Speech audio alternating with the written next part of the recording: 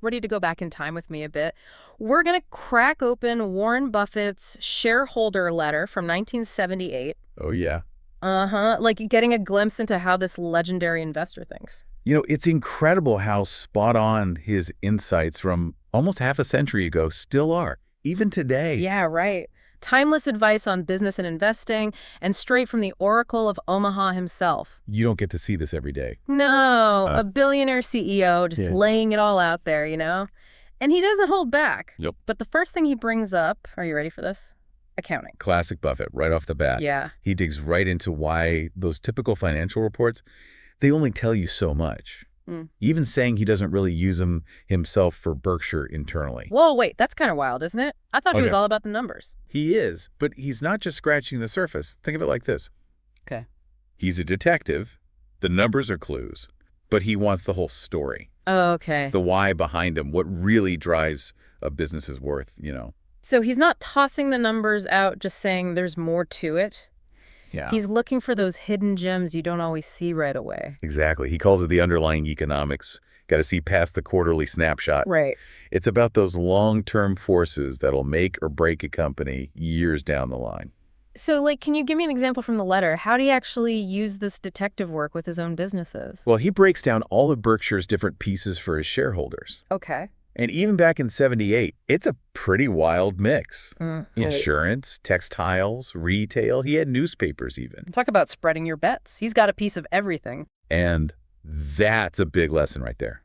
Buffett's not looking for that one magic solution. He's after value wherever he can find it. Yeah. But here's the thing. He's totally upfront that not every business they owned was a rock star. Oh, yeah. He's real about that. Some doing amazing, others not so much. And that's huge. Yeah. He's not afraid to stick with something, even if it's not a home run, as long as he sees potential long term. Playing the long game, not just chasing those quick wins. Exactly. And he uses their textile business to show this. Which, if I remember right, wasn't exactly their claim to fame back then. You could say that. Buffett's brutally honest about how tough textiles were. Yeah. He talks about undifferentiated goods and capital-intensive businesses now. That's a mouthful, I know. Yeah, a little bit. Maybe we can break that down for folks. Oh, it's actually brilliant once you get it. Picture this. A business where it's almost impossible to be different because everyone's selling basically the same thing. Okay. That's undifferentiated goods. Now, on top of that, you need a ton of cash just to operate factories, equipment, all that's capital intensive. And let me tell you, Buffett learned the hard way. That combo, it's usually a recipe for, well, not making a whole lot of money. Yeah, I can see why textiles weren't exactly his pride and joy. Right. You're fighting tooth and nail for every little bit of market share. Profits are thin. Yeah. And even if you pour tons of money in, it's tough to come out on top. Yeah, makes sense. But this wasn't his only learning experience, right? He compares these textile struggles to an area where Berkshire was already killing it, insurance. Exactly. Even back then, insurance was huge for Berkshire. And this letter is like a masterclass in how Buffett approached it. Okay. He spends a good chunk of time breaking down both sides of their insurance operation, underwriting, and then what they do with all that money, the investments. It's like you can't have one without the other. They got to work together. Right. A 1-2 punch. First, you got to be really smart about underwriting, means figuring out the real risk and pricing it right so you're not paying out more in claims than you're taking in. So you're not losing money right off the bat. Yeah, but Buffett, he doesn't just want to break even on that underwriting side. Oh. Ideally, he wants to make money there, too. So it's not enough to just collect premiums and cross your fingers? Nope. He wants to be picky about which risks they take on from the get-go. Okay, so he's being strategic. And he gives some examples of this in the letter, right? He does. He talks about this guy, Phil Leach, who was running a part of National Indemnity. Okay. And he brags about how they consistently pulled in a solid underwriting profit, which is hard to do even in good years for the industry. Yeah. Like finding a needle in a haystack. Totally. And he mentions another guy, Milt Thornton, who handled their workers' compensation business, which seems like it could be a real wild card. Oh, for sure. But Buffett makes it clear he trusts Milt's judgment. Absolutely. And that tells you a lot about something else Buffett really values. Finding incredibly talented people to run things. It's not just about the numbers, it's who's crunching them. Yeah. He knows he's not an expert in everything. Right. So he finds the best of the best, like Leach and Thornton, and lets them do their thing. Gives them the freedom to operate. That's huge. So to recap, Smart underwriting and great management are key on the insurance side. But then there's that second part, what they do with all that premium money. Right. It's not just sitting around. No, that's Yeah. where his stock picking magic comes in, right? It's like Yeah. he's saying, hey, I'm not going to let this cash just gather dust. Right. He sees those premiums as his chance to really make some moves, invest in other companies. It's fuel for the engine. And that brings us to that second punch he was talking about, using those premiums wisely, which for him often meant buying up stocks. Okay. And he uses a really great example in this letter. Safeco, they were big in property and casualty insurance back then. Interesting, using another insurance company as the example. Yeah. Shows how important it is to him to really get an industry before you put money in it. Absolutely. You hit the nail on the head there. Yeah. He stresses that over and over. Got to understand the business inside and out and Right. insurance. That was, and I'd argue still is, Buffett's bread and butter. For sure. Okay, so rule number 1. Don't invest in what you don't understand. Sure. Check. What else was he looking for? So element number 2, he wants businesses with staying power, ones that are going to be successful for the long haul. Okay. And he saw that with Safeco, they had this rock-solid way of doing things. Real careful, consistent profits year after year. Not just a flash in the pan, they were in it for the long game. Exactly, like the tortoise and the hare, slow and steady, right? Yeah.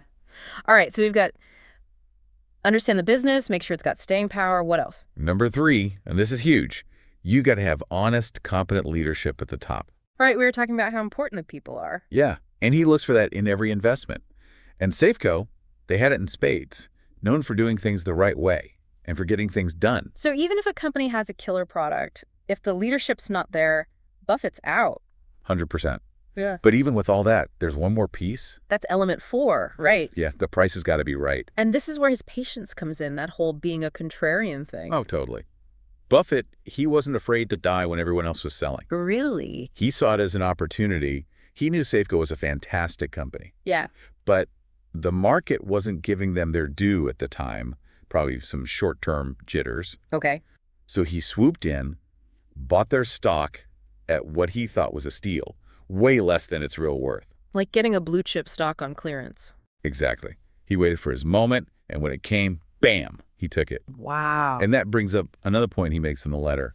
Buying part of a company through the stock market versus going all in and buying the whole thing. Like, what's the difference? He compares it to going on a date versus getting married. Ooh, I like that. Right. He loved finding these great businesses like Safeco and owning a big chunk through the stock market. Okay. He called it buying a slice of the best companies in America at a bargain price.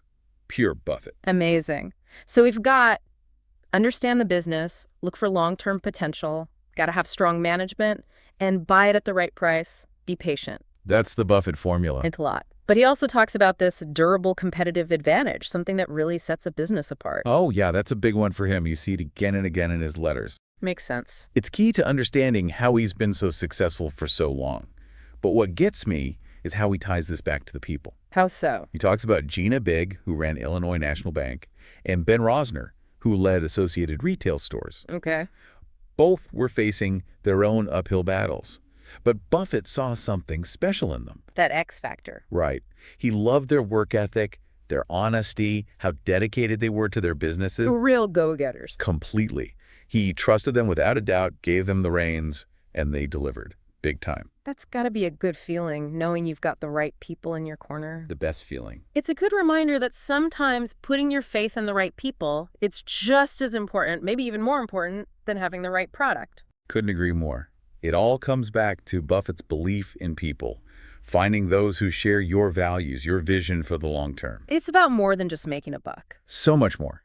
It's Yeah. about building something that matters, something that lasts. Man, what a journey this letter's been. Buffett's thoughts from 78, they're still so relevant today. It's mind-blowing, right? Totally. Like a reminder that real success in business and in life, it comes down to those core principles.